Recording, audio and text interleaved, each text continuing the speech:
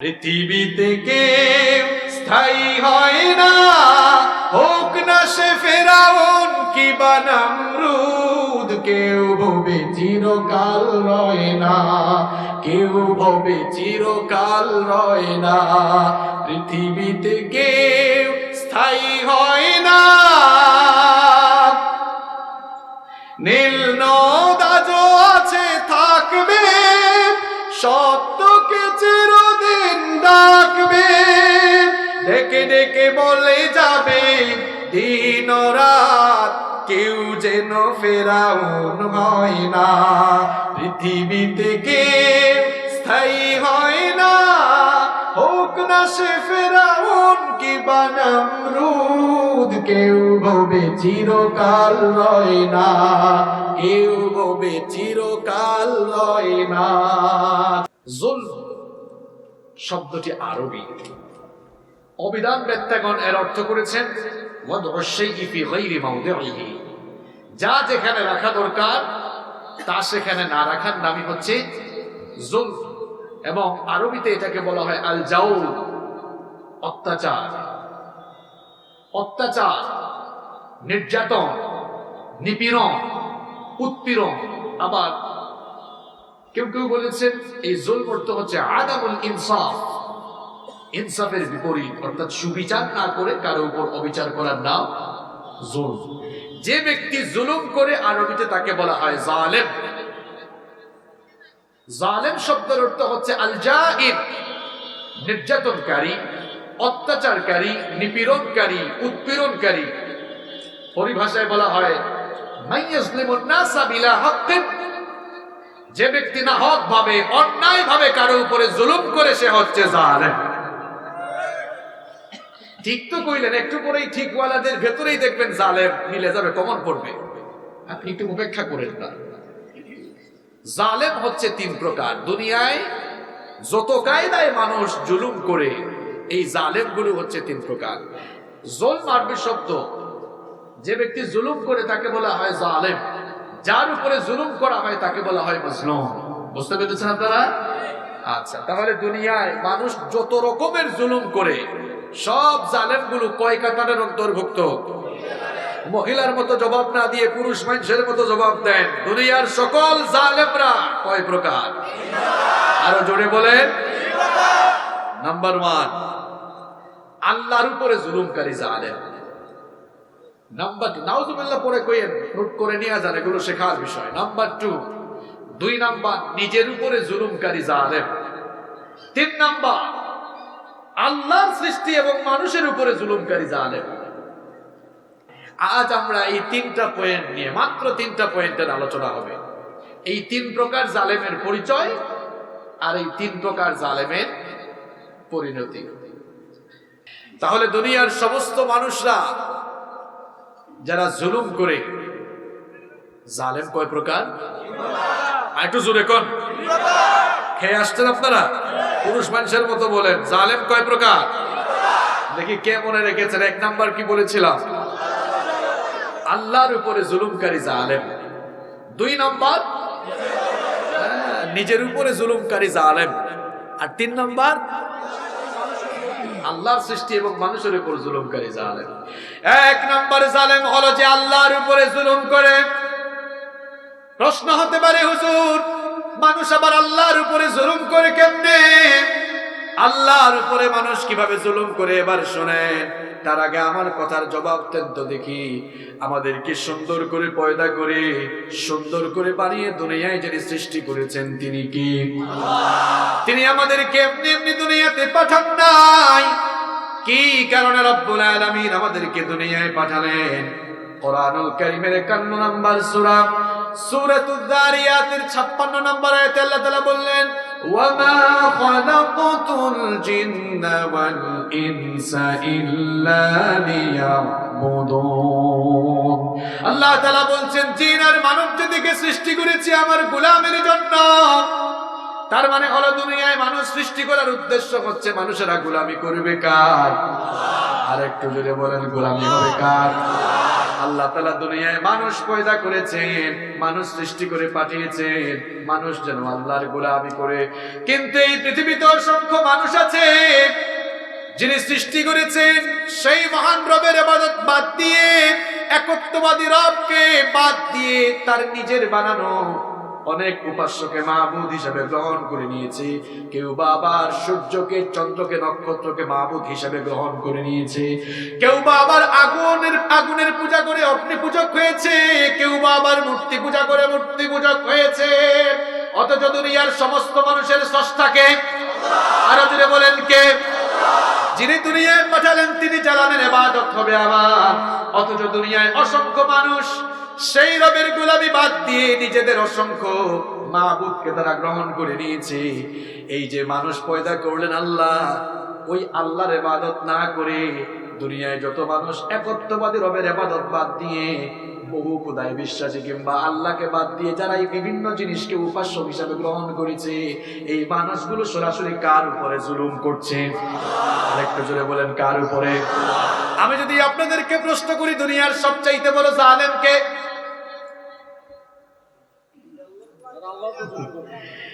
একজনের উত্তর হয়, একজন ভাই ঠিক বলছে। আমি এক মাহফিলে বলেছিলাম দুনিয়ার সবচেয়ে বড় জালেম কে? একজন কয় বুশের বাচ্চা বুশ, আরেকজন কয় এই যে কিছুদিন আগে প্রেসিডেন্ট একটা গেল আমেরিকার, নামটা জানো কি? ট্রাম্প। আমি বললাম না, ভালো করে বলেন দুনিয়ার সবচেয়ে বড় জালেম কে?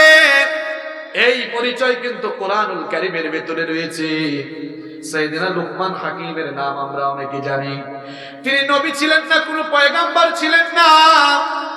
তাকে আল্লাহ তাআলা আল্লাহর তরফ থেকে হিকমা দান করেছিলেন এবং সাইয়েদনা লুকমান হাকিম তিনি তার ছেলেকে সুন্দর সুন্দর কিছু ওসিয়ত করেছিলেন।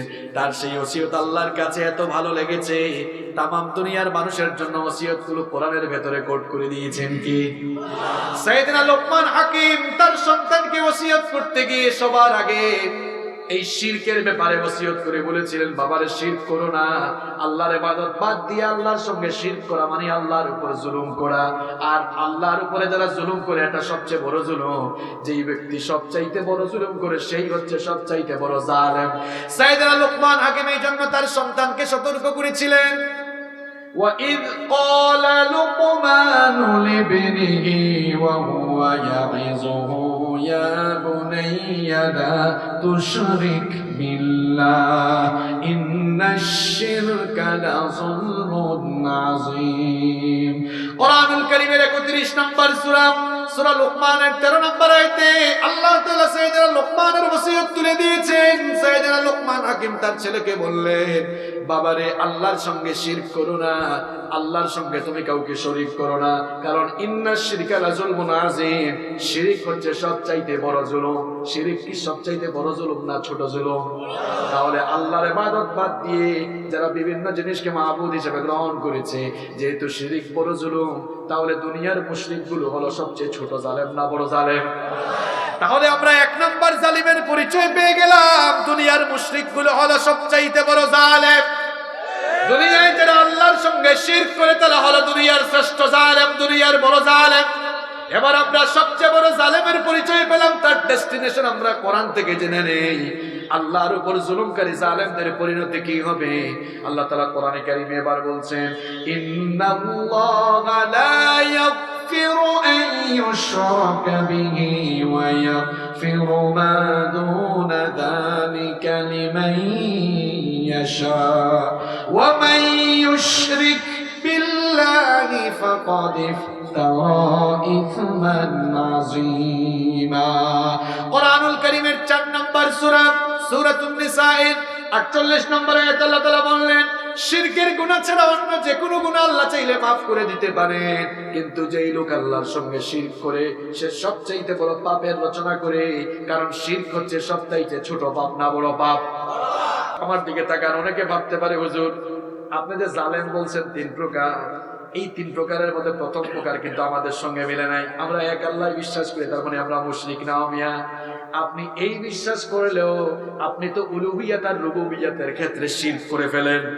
দেখা যায় নামাজে গিয়ে বলেন ইয়্যাকা না'বুদু ওয়া ইয়্যাকা নাস্তাঈন, আপনি বলেন এক আল্লাহর ইবাদত করেন, একজনের কাছেই চান, কিন্তু দেখা যায় নামাজ থেকে বের হওয়ার পরে জীবিত মানুষের কাছে, আবার কবরের পাশে গিয়ে অনেক মানুষ চায়, আছে না নাই? এই যে আপনি আল্লাহর সঙ্গে এভাবে শিরক করে ফেললেন, কথাবার্তার ভেতরে আজকে শিরক ঢুকে গিয়েছে। কথাবার্তা অসংলগ্ন বলতে বলতে বলে সকল ক্ষমতার মালিক জনগণ, এরকম বলে কি বলে না? অথচ এটা হচ্ছে কোরআনের সঙ্গে সাংঘর্ষিক কথা। আল্লাহ বলেছেন আন্নাল কুওয়াতা লিল্লাহি জামিআ, সমস্ত ক্ষমতা কার? আবার সূরা মুলকের শুরুতে আল্লাহ বলেছেন তাবারাকাল্লাযী বিয়াদিহিল মুলকু ওয়া হুয়া আলা কুল্লি শাইইন কাদির, সব ক্ষমতা কার হাতে? আল্লাহ। এভাবে আপনি ঈমান আনার পরে ঈমানের ঘোষণা দিয়েও যদি কথাবার্তায় কাজে কর্মে আপনার যদি শিরকের সংমিশ্রণ হয়ে যায়, তাহলেও কিন্তু আল্লাহর আযাব থেকে বাঁচা যাবে। এই জন্য আল্লাহ বলেছেন ঈমানদার যারা হয়েছে শিরক মুক্ত ঈমান, শিরক মুক্ত ঈমানের পথে চলো, ঈমানের ভেতরে শিরক ঢোকানো যাবে না। আল্লাহ তাআলা বলেছেন আল্লাযীনা আমানু ওয়া লাম ইয়ালবিসু ঈমানাহুম বিযুলমিন উলাইকা লাহুমুল আমনু ওয়া হুম মুহতাদুন। কথাটা কার? আল্লাহ বলেছেন ঈমানদার তারা যারা তাদের ঈমানের সঙ্গে জুলম অর্থাৎ শিরকের মিশ্রণ ঘটায় না, ঈমান আনার পরে ঈমানের পথে চলে, ঈমানের ভেতরে শিরকের সংমিশ্রণ ঘটাবে যারা, আল্লাহর উপরে জুলুম করবে তারা। তাহলে আমি বলেছিলাম দুনিয়ার সমস্ত জালেম গুলো কয় প্রকার? আরো যদি বলেন কয় প্রকার? এক নাম্বার যারা আল্লাহর উপরে জুলুম করে। আমরা বলেছিলাম আল্লাহর উপরে মানুষ জুলুম করে কেমনে? এর এক নাম্বার তরিকা হলো মানুষ আল্লাহর ইবাদত বাদ দিয়ে কিংবা কথাবার্তা কাজে করবে আল্লাহর সঙ্গে শিরক করে যারা, দুনিয়ার সবচাইতে বড় জালেম হলো তারা।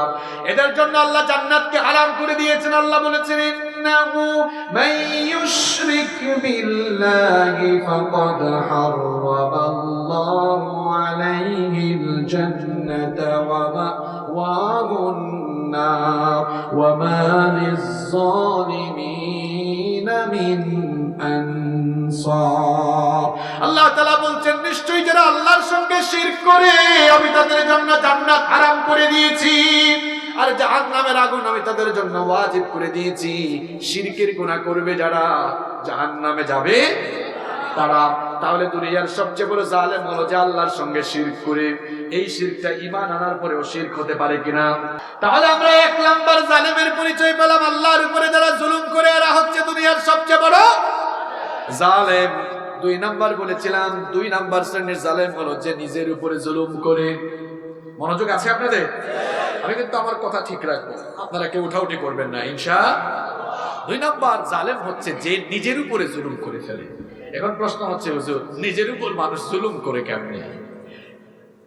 আমাদেরকে সৃষ্টি করা হয়েছে কার গোলামের জন্য? আল্লাহর গোলামি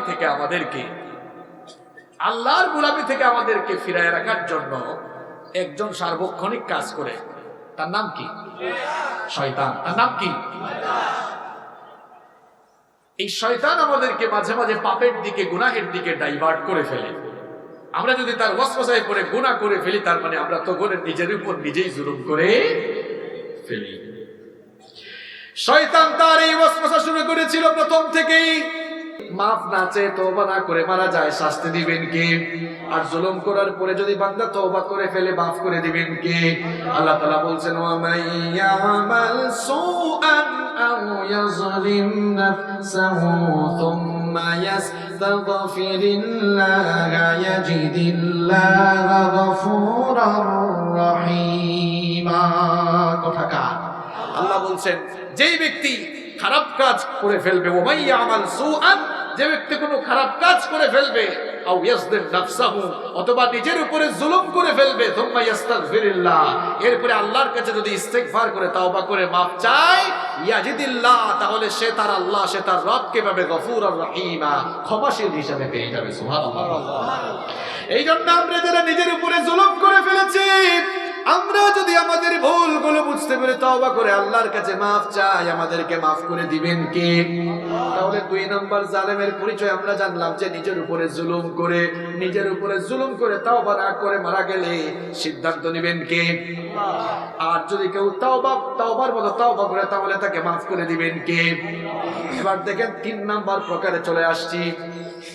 জালেম হলো কয় প্রকার? আরো জোরে এই পুরুষ মানুষের মতো আওয়াজ দেন। জালেম কয় প্রকার? 1 নম্বর আল্লাহর উপর জুলুমকারী। পরে শব্দটা বলেন, জালেম আল্লাহর উপরে জুলুমকারী। জালেম পরিণতি কোথায়? 2 নম্বর নিজের উপরে জুলুমকারী জালেম। নিজের উপরে আমরা যারা জুলুম করেছি মাফ করে দিবেন কি? আল্লাহ। শর্ত হলো তওবা। শর্তটা কি? তওবা। 3 নম্বর প্রকারে আসছি। এবার আর উঠলে আমিও আর কিছু বলবো না, উঠলে মানুষই বলবে বুঝছি গিরাই লাগছে একেবারে শেষ সময় আসছেন তো। 3 নম্বর হলো যে আল্লাহর সৃষ্টি এবং মানুষের উপরে জুলুম করেছে ও জালেম। প্রশ্ন হলো হুজুর মানুষের উপরে মানুষ আবার জুলুম করে কেমনে? বলবো আমরা মনে হয় মানুষকে গালি দেই না, মুখটা খুব ভালো আমাদের। এই যে আপনি এক ভাইকে গালি দিলেন, আপনি তার উপর জুলুম করে ফেললেন। তাহলে কোন মুসলমান যদি কোনো মুসলমানকে গালি দেয় তাহলে সে তার আরেক ভাইয়ের উপরে জুলুম করে বসলো। আমাদের মুখ এমন খারাপ, সুযোগ পাইলে আমরা সারাদিন গালিগালাজ করে, আসে না নাই? গালি দিয়ে অনেকে আবার কয় ভাইরে আজকে মুখের একেবারে জ্বালাটা মিটছে, খুব গালি দিয়েছি। মনে রাখবেন উপরের দিকে থুতু দিলে নিজের উপরেই পড়বে, উপরের দিকে থুতু মারলে কার উপরে পড়বে? ঠিক তেমনি ভাবে নবীজি বলেছেন একজন মানুষ যখন গালি দেয় তখন গালিটা আগে তার নিজের উপরে পড়ে। গালি দেওয়ার আগে বুঝে দিয়ে। আবার অনেকে আছে অনেকের গীবত করে, মানুষের গীবত করে, আছে না নাই? তো গীবত যে করে সেও তার ভাইয়ের উপরে জুলুম করে ফেলে। আবার অনেকে আছে মানুষকে নিয়ে ঠাট্টা মস্করা করে, মন্দ নামে নাম বিকৃত করে ডাকে, আছে না নাই? আল্লাহ সাবধান করে দিয়ে সূরা হুজুরাতে বলেছেন ইয়া আইয়ুহাল্লাযীনা আমানু লা ইয়াসখার কওমুম মিন কওমিন আসা আন ইয়াকুনু খায়রাম মিনহুম ওয়ালা নিসাউম মিন নিসাইন আসা আন ইয়াকুননা খায়রাম মিনহুম। আল্লাহ বলছেন হে বিশ্বাসীরা, হে ঈমানদারেরা, খবরদার কেউ যেন কাউকে নিয়ে ঠাট্টা উপহাস না করে। ঠাট্টা উপহাস আমাদের মধ্যে আছে না নাই? ঠাট্টা করে বলে কিরে মটকা, লোকটা একটু মোটা, এখন ঠাট্টা করে উপহাস করে বলে কিরে মটকা। এই যে ঠাট্টা উপহাস করে আরেকজনকে মটকা বললেন, তার উপরে জুলুম করে বললেন, তার উপর আপনি জুলুম করে ফেললেন। আমি কিন্তু সিরিয়ালে আসতেছে, আগাচ্ছে, শুধু খুব ভালো করে শুনেন। আবার কোন মানুষ চিকন, ঠাট্টা উপহাস করে বলে কিরে চিকনা, আছে আছে। এরপরে দেখা যায় আরো তুচ্ছতাচ্ছিল্য করে কথা বলে কয় কিরে আবুল, কিরে মফিজ, মফিজ, কিরে রোহিঙ্গা, এরকম বলে। এইভাবে যে আপনি মানুষকে তুচ্ছ করে কথা বলেন, তার মানে আপনি মানুষের উপর জুলুম করে ফেলেন। আবার অনেকে দেখা যায় মানুষের নামটা বিকৃত করে ডাকে, আছে না নাই? আল্লাহ বলেছেন ওয়ালা তানাবাজু বিল আলকাব, খবরদার মানুষের নাম বেকায়া, নাম বিকৃতি করে ডেকো না। বাপ নাম রেখেছে জামাল, কয় কিরে জামাইল্লা, নাম রাখছে কামাল, কয় কিরে কামাইল্লা, আছে না নাই? আল্লাহ বলেছেন যারা ঈমান এনেছো শোনো, বিসাল ইসমুল ফুসুক বাদাল ঈমান। তুমি ঈমান এনে ঈমানদার দাবি করে তারপরে মানুষের এইভাবে নাম বিকৃত করে ডাকা, তারপরে মানুষকে কটু কথা বলে, তুচ্ছতাচ্ছিল্য করে কথা বলে, এগুলো সব জুলুম। আল্লাহ তাআলা বলেছেন এই কাজগুলো করে ওয়ামাল্লাম ইয়াতুব ফাউলাইকা হুমুজ জালিমুন, এই কাজ করে তওবা না করে যে মারা যায় সে জালেম হয়ে মরে যায়। কি হয়ে মরে? আরো যদি বলেন কি হয়ে মরে? দেখেন এত বাহিরের কথা বলার কি দরকার? আমরা পরিবারে একজন আরেকজনের উপর জুলুম করে ফেলি। দেখা যায় বাপ মা নিজের সন্তানের উপরে জুলুম করে। আমরা অনেক জায়গায় মাহফিলে গেলে মা বাপ বলে হুজুর এত ওয়াজ করে কি লাভ, একটু মা বাবার খেদমতের ওয়াজ করেন। কারণ আমাদের পোলাপাইন আমাদের কথা শুনে না, আমাদের ছেলে মেয়ে আমাদের কথা শুনে না। একটা উদাহরণ আমার মনে পড়ছে, বলবো। এক এলাকায় এক বেকুব আপনারা কি বেকুব বলেন না অন্য কিছু বলেন? এক এলাকায় এক বেকুব একটা ফলের গাছও লাগায় নাই, আশা করে বসে আছে অনেক ফল সে খাবে। গাছ না লাগিয়ে গাছের ফল খাওয়া যেমন বুকামি, গাছ না লাগিয়ে যেমন ফলের আশা করা বুকামি, ঠিক তেমনি ভাবে সন্তানের হক আদায় না করে সন্তানের কাছ থেকে খেদমত পাওয়ার আশা করাও বুকামি। এজন্য বলেছি কিসের মা বাপের ওয়াজ? ওয়াজ পাল্টায় দেন, উল্টা করে দেন ওয়াজ। আগে ওয়াজ করেন মা বাপ যেন আগে সন্তানের হক আদায় করে। সন্তানের হক যে মা বাপ আদায় করে, আল্লাহর কসম আমি চ্যালেঞ্জ করে বলছি, ওই মা বাপের সঙ্গে সন্তান কখনো খারাপ আচরণ করবে। সন্তানের একটা হক আদায় করেন নাই, ভালো একটা নামও রাখেন নাই, নাম রেখে দিয়েছে মন্টু বল্টু ছন্টু মিন্টু, আছে না ভাই? এখানে আবার কমন পড়লে সে যেন রাগ না করে। এক জায়গায় বলছে, কয় হুজুর আপনি দেখে একদম আমারে কমন ফলাই দিছে, ওয়াজ কি আমারে করলেন নাকি? সন্তানের সুন্দর একটা নাম ওরা কেনা, নাম রেখেছে সন্তানের সাগর, মেয়ের নাম রাখছে নদী। সাগর বড় হয়ে টি শার্টে লিখছে সাগরের বুকে নদী। নাম রাখার কারবার দেখছে। এই ছেলে একটা নাম রাখছে সাগর, মেয়ে একটা নাম নদী। এখন যদি এই বেটারে, এই লোকটারে যদি আল্লাহ আরো কিছু গুলামাইয়া দেয়, আগের গুলার নাম রাখছে সাগর নদী, পরের গুলার নাম হওয়ার সম্ভাবনা আছে খাল, বিল, পুকুর, নদী, কুয়া। কি বলেন, এমন হইতে পারে না? আবার আর একজন ছেলের নাম রাখছে তুফান। কিরে এখানে তুফান আছে নাকি কেউ? আছে? ওইসে থাকলে চুপ। কারণ আমি তার বাপকে বললাম কি ও ছেলের নাম তুফান রাখছেন? কয় হুজুর অবস্থা বুঝে ব্যবস্থা। আমি বললাম মানে বুঝলাম না। কয় তুফানের সময় হয়েছে এই জন্য নাম রাখছি তুফান। আমার মেয়ের নাম বৃষ্টি, কিও আছে নাকি? আরে বাপরে বাপ, এত মেয়ের খবর থাকে কেমনি আপনাদের কাছে? হ্যাঁ, কালেকশন ভালো না? তো বললাম বৃষ্টি মেয়ের নাম রাখছেন করো। কয় হুজুর এইটা অবস্থা বুঝে ব্যবস্থা নিছি, বৃষ্টির সময় হয়েছে এই জন্য বৃষ্টি। বললাম ভাই আপনার কারবার তো দেখে অবস্থা বুঝে ব্যবস্থা, এবং তুফানের সময় হয়েছে বলে যদি তুফান হয়, বৃষ্টির সময় হয়েছে বলে যদি বৃষ্টি হয়, তাহলে বজ্রপাতের সময় জন্ম নিলে কি নাম রাখবেন? ঠাডা পড়ছে। কারণ আপনি তো অবস্থা বুঝে না ব্যবস্থা নেই। অথচ নবীজি বলেছেন তাসুম্মু বিআসমাইল আম্বিয়া, নবীদের নামের সঙ্গে মিলিয়ে ছেলেগুলোর নাম রাখো। সাহাবীদের নামের সঙ্গে মিলিয়ে ছেলেগুলোর নাম রাখো। তাহলে ছেলেগুলোকেও নবী আর সাহাবীদের মতো চরিত্রবান বানায় দিবেন কি? না হলে আলেমদের সঙ্গে পরামর্শ করে নাম রাখেন। ছেলে মেয়েদের নাম আলেমদের সঙ্গে পরামর্শ করে রাখেন। বাবারে, আপনার ছেলে মেয়ে আপনার খেদমত করবে কেমনে? আপনি তো তার হক আদায় করেন নাই, তাকে তো আপনি কোরআন হাদিস শিখান নাই। আপনার সন্তানকে আপনি ইঞ্জিনিয়ারিং পড়াশোনা করিয়েছেন, তাকে আপনি বারেট ল পাস করিয়েছেন, এলএলবি এলএলএম শেষ করিয়েছেন, এমবিবিএস ডক্টর বানিয়েছেন। আপনি তাকে অ লেভেলে পড়িয়েছেন, এ লেভেলে পড়িয়েছেন, সায়েন্স কমার্সে পড়িয়েছেন। আপনি পড়ান না, অসুবিধা তো নাই, কিন্তু আপনি আপনার সন্তানকে শিক্ষা দেওয়ার ক্ষেত্রে এবিসিডি ও আ ক খ শেখাবেন, পরে আলিফ বা তা থা শেখাবেন আগে। নইলে দেখবেন আলিফ বা তা থা না শিখে যদি ডাক্তার হয়, এমন ডাক্তার হবে কসাইগিরি করবে, আর সুযোগ পাইলেই আপনারে নিয়ে বৃদ্ধাশ্রমে রেখে আসবে।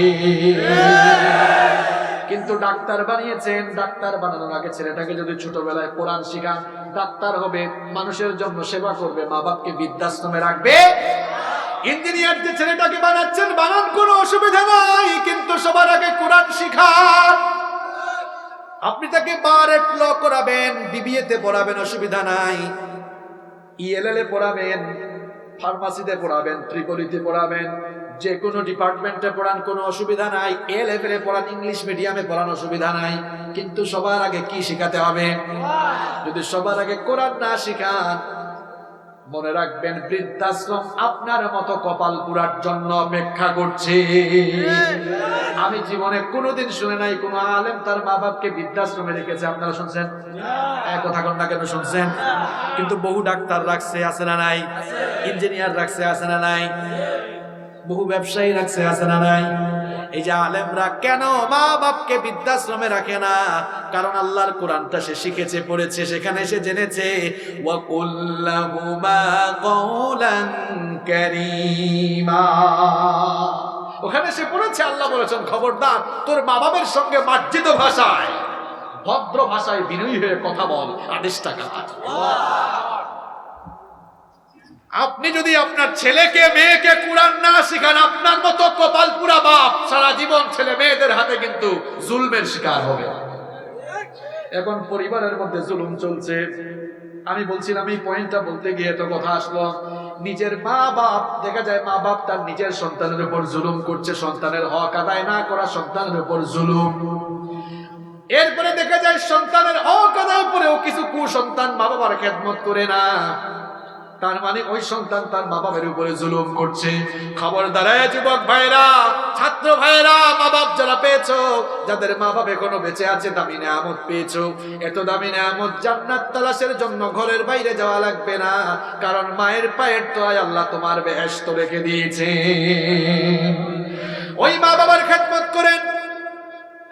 মা বাপ বুড়ো মানুষ, এখন আর নিজের হাতে খেতে পারে না, একটু খাওয়ায়া দেন। আর সব কথা তো আপনি ভুলে গিয়েছেন, ছোটবেলায় কান্না করা ছাড়া আপনার মুখের কোনো ভাষা ছিল না। আপনার মা বাপ আপনাকে মুখে তুলে খাইয়ে দিয়েছে। হালকা একটু জ্বর হলে আপনার বাবা আপনাকে নিয়ে ডক্টরের কাছে মেডিকেলে দৌড়াইছে। এখন দেখা যায় আপনার বাবা অসুস্থ, একটু ডক্টরের কাছে নিয়ে যায় না, আছে না নাই? বাবা পুরো মানুষ বিছানায় শুয়ে আছে, পেশাব পায়খানার জন্য ওয়াশরুমে যেতে পারে না, বিছানায় একটু পেশাব করে দিলে তারপর রাগ করে। কপাল পোড়া সন্তান তুমি যে ছোটবেলায় তোমার মা বাবার কুলে কত প্রস্তাব করেছো, তখন তো মা বাবা কখনো রাগ করে না, ঠিক কিনা কম? খবরদার যুবক ভাইদেরকে বলবো, মা বাবার সঙ্গে জুলুম করো না, মা বাবার খেদমত করো। নবীজি বলেছেন, মা বাবা তোমার জন্য জান্নাত, হুমা জান্নাতুকা হুমা নারুকা। এই মা বাবা তোমার জন্য জান্নাত, খেদমত করলে জান্নাত পাবা। আবার এই মা বাবা তোমার জন্য জাহান্নাম। মা বাবার সঙ্গে যদি অসদাচরণ করো, জুলুম করো, জাহান্নাম ছাড়া গতি থাকবে না। তাহলে নিজেদের পরিবারের ভেতরে আজকে জুলুম কম না বেশি? স্বামী তার স্ত্রীর উপর জুলুম করছে, বউয়ের সাথে সুন্দর করে কথা বলে না, টাইম দেয় না, তার সঙ্গে একটু ভালোবেসে কথা বলে না, তাহলে ওই স্বামী তার নিজের স্ত্রীর উপর জুলুম করছে। আবার স্ত্রীও তার স্বামীর উপরে জুলুম করছে। দেখা যায় স্ত্রী তার স্বামীকে ঠিক মতো টাইম দেয় না, আবার ভাই বোনের উপর জুলুম করছে। আবার দেখেন জুলুম করতে করতে বিশেষ করে বর্তমান সমাজের চিত্র হলো এমন, মা বাবারা সন্তানদের উপরে এমন ভাবে জুলুম করছে, বিশেষ করে মেয়েদের ক্ষেত্রে দেখা যায় এক বাবার 4 ছেলে 2 মেয়ে, সম্পদ আছে 20 শতক। জোরে কোন কয় শতক? আরো জোরে কোন কয় শতক? খুব সুন্দর হিসেব করে 4 5 20, 4 ছেলেকে 5 শতক করে দিয়েছে, আর মেয়েদেরকে কিছু দেয় নাই। বিয়ের সময় কয়, মাগো তোরে বাপ আব্বু শুধু দোয়া দিয়ে দিলাম। আমার মা বোনরা যারা শুনতেছেন বলবেন, আব্বা দোয়া ন লাগিব, জিনিসটা আগে দিয়া দে। দোয়া লাগবে না, জিনিস দেন। এটা আপনার মেয়ের হক। দেবিদ্দারের বাবারা যারা মেয়ে সন্তানের মালিক হয়েছেন, শোনেন, যদি আপনি সম্পত্তিতে মেয়েকে ভাগ না দেন, আপনি যত বড় হাজী সাহেব আর যত তাহাজ্জুদ গুজারি হন না কেন, কিয়ামতের দিন আপনি জালেমের কাতারে আল্লাহর সামনে দাঁড়ানো লাগবে। জুলুমের হিসাব ভালো করে শুনেন। পরিবারে এরকম জুলুম চলছে, আবার ব্যক্তিতে জুলুমের কথা তো আগেই বলেছি। তারপরে আমরা অনেক সময় আমাদের অধীনস্থ লোকদের উপরে জুলুম করি। দেখা যায় আমরা আমাদের চাকর বাকরের উপরে জুলুম করি, সাধ্যের বাইরে বুঝা চাপিয়ে দেই, কাজ চাপিয়ে দেই, আবার ঠিক মতো মজুরি দেয় না। এরকম আছে না নাই? নবীজি বলেছেন, শ্রমিকের ঘাম শুকানোর আগে তাকে মজুরি দিয়ে দাও। নবীজি আরো সাবধান করে বলেছেন, যারা শ্রমিককে ঠিক মতো মজুরি দেয় না, শ্রমিকের উপরে যারা জুলুম করে, কিয়ামতের দিন ওই জালেমের বিরুদ্ধে আমি নবী নিজেই দাঁড়াবো। নাউযুবিল্লাহি মিন যালিক। আমরা অনেক সময় জুলুম করে মানুষের জায়গা জমি দখল করে নিয়ে আসে না নাই? আর ক্ষমতা একটু পাইলেই তো চাঁদাবাজি আরো বাড়ে, মানুষের জায়গা জমি দখল এগুলো আসে না নাই? অবশ্য দেবিদ্দারে মানুষের জমিনের আইল ঠেলা ঠেলি জমি দখল নাই। আওয়াজটা যেমনে দিচ্ছেন তার মানে এলাকায় রূপটা বেশি আছে। ভূমিদস্যু যারা মানুষের জায়গা জমি দখল করছে, তারা ভালো করে শুনে নাও। বুখারী আর মুসলিম শরীফের হাদিস, নবীজি বলেছেন, মান ইকতাতা শিবরাম মিনাল আরদি যুলমান তাওয়াকাহু আল্লাহু ইয়াহু ইয়াওমাল কিয়ামা। যেই ব্যক্তি অন্যায় ভাবে কোন মানুষের অর্ধ হাত জমি দখল করবে, কিয়ামতের দিন আল্লাহ ওই জালেম লোকটার গলার মধ্যে 7 তবক জমিন ঝুলাইয়া দিবে। 7 তবক জমিন তার গলার মধ্যে ঝুলিয়ে দিবেন কে? আবার অনেকে আছে জুলুম করতে করতে এতিমের মাল সম্পদ খেয়ে ফেলে, অন্যায় ভাবে মানুষের ধন সম্পদ, জনগণের ধন সম্পদ হরণ করে, আছে না নাই? কথা বলেন, আছে না নাই? আল্লাহ সাবধান করেছেন, ইয়া আইয়ুহাল্লাযীনা আমানু লা তাকুলু আমওয়ালাকুম বাইনাকুম বিল বাতিল। আল্লাহ বলছেন, হে ঈমানদারেরা খবরদার, সাবধান, অন্যায় ভাবে মানুষের সম্পদ গ্রাস করো না। এখন একটু সুযোগ পাইলেই অন্যায় ভাবে মানুষের সম্পদ গ্রাস করে এমন অবস্থা, এমন চিত্র সমাজে কম না বেশি? বিশেষ করে ক্ষমতা পাইলে এই চিত্র আরো বেশি দেখা যায়। দেখা যায় একটু ক্ষমতা পাওয়ার পরে জনগণের সম্পদ এমন ভাবে চুরি করে, আমরা তো টেবিলের নিচে জুতা রাখি, খাটের নিচে জুতা রাখি, আর এই শেষরা চোর গুলো সুযোগ পাইলে তেল চুরি করে খাটের নিচে তেল জমায়া রাখে। অন্যায় ভাবে এভাবে জনগণের সম্পদ চুরি করে যারা জালেম হলো তারা। ঠিক তো কইলেন, কামটা তো আবার আপনারাই ঘটান। ইলেকশন যখন আসে মানুষের দাম গরু ছাগলের চাইতে বাড়ে না কমে? একটা ছাগল বাজারে 5,000 টাকার চাইতে কমে আপনি পাবেন না, কিন্তু ইলেকশন যখন আসে মানুষগুলো গরু ছাগলের চাইতে আরো তাদের দাম কমিয়ে ফেলে 500 টাকায়ও বিক্রি হয়ে যায়। নইলে এরা সামান্য চেয়ারম্যান হওয়ার জন্য অনেকে কয়েক কোটি টাকা খরচ করে ফেলে। আরে ভাই, 5 বছরে তার বেতন একসাথে মিলালেও 8-10 লাখ হয় না? 4 কোটি টাকা খরচ করেছে কেন? আপনাদের জন্য যে বরাদ্দগুলি হয় চুরি করে তার গুদাম ভরার জন্য, ওই নিয়তেই সে আপনাদেরকে কিনে ফেলেছে। আরে বাপরে বাপ, কি ঠিক? ঠিক হইলে এটা হয় কেমন? আমরা যদি আল্লাহওয়ালা মানুষগুলোকে আমাদের মাথার উপরের ছায়া হিসাবে পেতাম, ধন সম্পদ হরণ হওয়া, চুরি হওয়া তো দূরের কথা, আসমান থেকে শুধু রহমত নাজিল হতো। আবার ব্যবসা বাণিজ্য করেও অনেকে কাস্টমারের উপর জুলুম করে, কাস্টমারের উপরে অনেকে দেখা যায় জুলুম করে ফেলে। দেখা যায় যখন জিনিস বিক্রি করে ভালো জিনিসের সাথে ভেজাল জিনিস মিশায় দেয়। অবশ্য দেবিদ্বার এগুলো নাই। ইলিশ নিয়ে আসছে, সামুদ্রিক ইলিশ, বিক্রির সময় কাস্টমারকে বলে, ভাই চাঁদপুরের রূপালী তাজা ইলিশ, আছে না নাই? কামটা কি ভালো না খারাপ? ধোঁকাবাজি। এরপরে দেখা যায় সবজি হচ্ছে দেবিদ্বারের কোন এলাকা, এবার তার জিনিসের মানটা বাড়াবার জন্য কই উত্তরবঙ্গ থেকে নিয়ে আসছি একদম টাটকা ভালো জিনিস। এরপরে দেখা যায় সবজি বিক্রেতা সবজি বিক্রি করছে, উপরে ভালো সবজি রেখেছে, নিচের গুলা কিন্তু ভালো না, আছে না নাই? বাকিরে ফিটফাট ভেতর দিয়ে।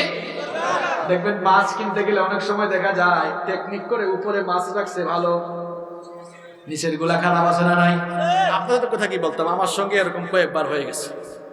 দেখলাম উপরে নড়াচড়া করে, একটা খেয়াল করে নেই, ভাবছি মনে হয় ভালো হবে, কয় হুজুর একদম ভালো, আনার পরে কয় ভিতরে সবগুলা পচা ছিল, আছে না নাই? এই যে ব্যবসার নামে মানুষের সঙ্গে প্রতারণা করা, এটাও জুলুম। নবীজি বলেছেন, মান গাশশা ফালাইসা মিন্না, যে ব্যক্তি ব্যবসার মধ্যে মানুষের সঙ্গে ধোঁকাবাজি করে ব্যবসায়ী হওয়া দূরের কথা, এ আমার উম্মতের কাতারেও শামিল হতে পারে না। সে আমার উম্মত নয় যে মানুষের সঙ্গে ধোঁকাবাজি করে। আবার মিথ্যা বলা, মিথ্যা সাক্ষ্য দেওয়া, কারো বিরুদ্ধে মিথ্যা সাক্ষ্য দেওয়া, তার উপরে জুলুম। সুতরাং যারা মিথ্যা সাক্ষী দেয় তারাও জালেম। এখন মিথ্যা সাক্ষী নাই, মিথ্যা সাক্ষী আছে। মিথ্যা সাক্ষী দিতে দিতে আমরা এত নিচে নেমে গিয়েছি, হাজার হাজার মিথ্যা সাক্ষী দিতে দিতে আমরা এতটা নিচে নেমে গিয়েছি। যুগের পর যুগ যারা কোরআনের বাণী বিশ্বময় ছড়িয়ে দিয়েছেন, তাদের বিরুদ্ধে মিথ্যা সাক্ষ্য আমরা দিয়েছি। মিথ্যা সাক্ষ্য যারা দেয় তারাও জালেম। এক কথায় মানুষের উপরে যারা অন্যায় ভাবে না হোক কিছু করে, সে হচ্ছে জালেম।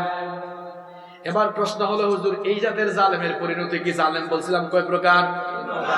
1 নাম্বার শ্রেণীর জালেম ছাড়া বাকি 2 প্রকারের মধ্যে এই মানুষের উপর জুলুমকারী জালেমরা হলো নিকৃষ্ট, আছে না নাই?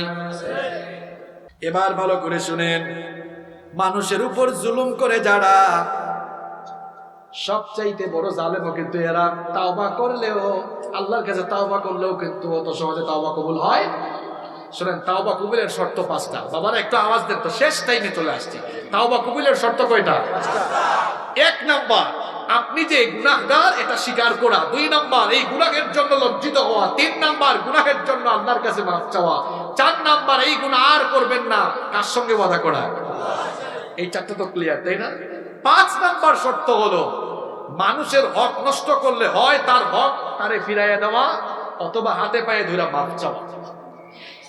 এই 5 নাম্বার এই শর্ত পূরণ না করে হাজী সাহেব, আপনি যদি কাবা ঘরে গিয়া কানতে কানতে বেহুশ হয়ে যান, কাবা ঘরের ইমামের কাছেও তাওবা করেন। যার হক নষ্ট করেছেন তার হক তার কাছে ফিরিয়ে দিবেন না যতক্ষণ, অথবা তার কাছে মাফ চাইবেন না যতক্ষণ, আল্লাহ আপনাকে মাফ করবে না, তাওবা কবুল করবে না ততক্ষণ। বুঝলে বুঝবাতা, না বুঝলে তেজবাতা। সোজা করে বললাম, আমাদের দেশে দেখবেন এরকম বহু জালেম আছে, এরা সুযোগ পাইলে মানুষের উপর জুলুম করে। আবার দেখবেন কয়েকদিন পর পর গিয়ে হজ করে, লাখ লাখ টাকা যাকাত দেয়, মাহফিলে পয়সা দিয়ে দেয় এরা নাম ফুটানোর জন্য। জালেম এক মানুষের উপর জুলুম করেছে,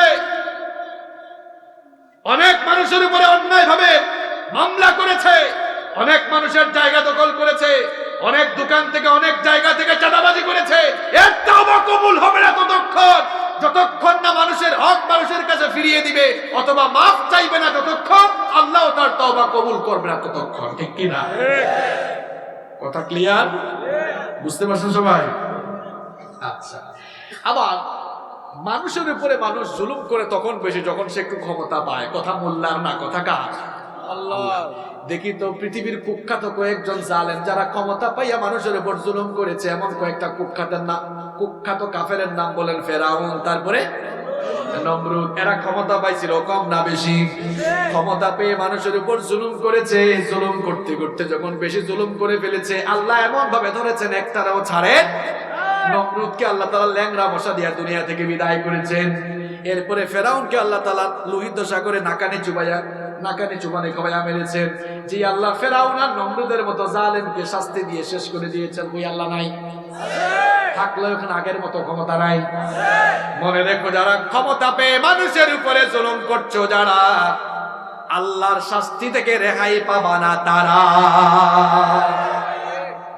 পৃথিবীতে কেউ স্থায়ী হয় না, হোক না সে ফেরাউন কিবা নমরুদ। কেউ ভবে চিরকাল রয় না, কেউ ভবে চিরকাল রয় না।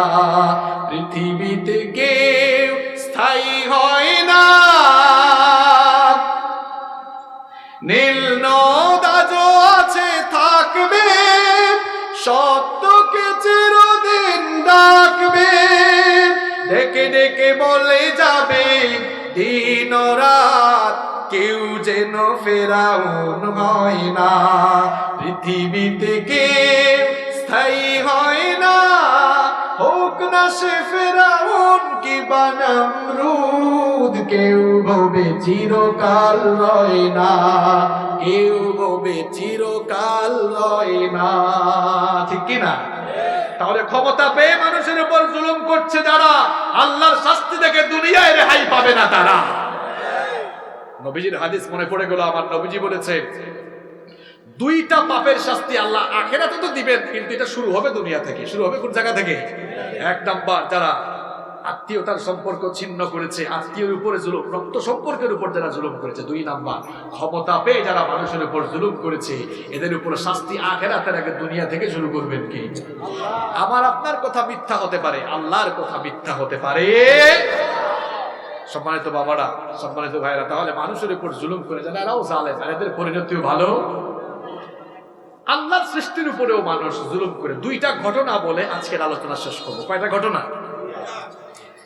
শুধু মানুষের উপরে কি মানুষ জুলুম করে, আল্লাহর সৃষ্টির উপরে মানুষ অনেক সময় জুলুম করে। গাছের পাতা, কেউ দেখবেন গাছের নিচে পড়ে আছে, এমনিতে গাছের পাতা ছিঁড়ে পাতা কামড়ায় আছে, এটা গাছের উপর জুলুম। আপনি গাছের পাতা ছিঁড়লেন কেন?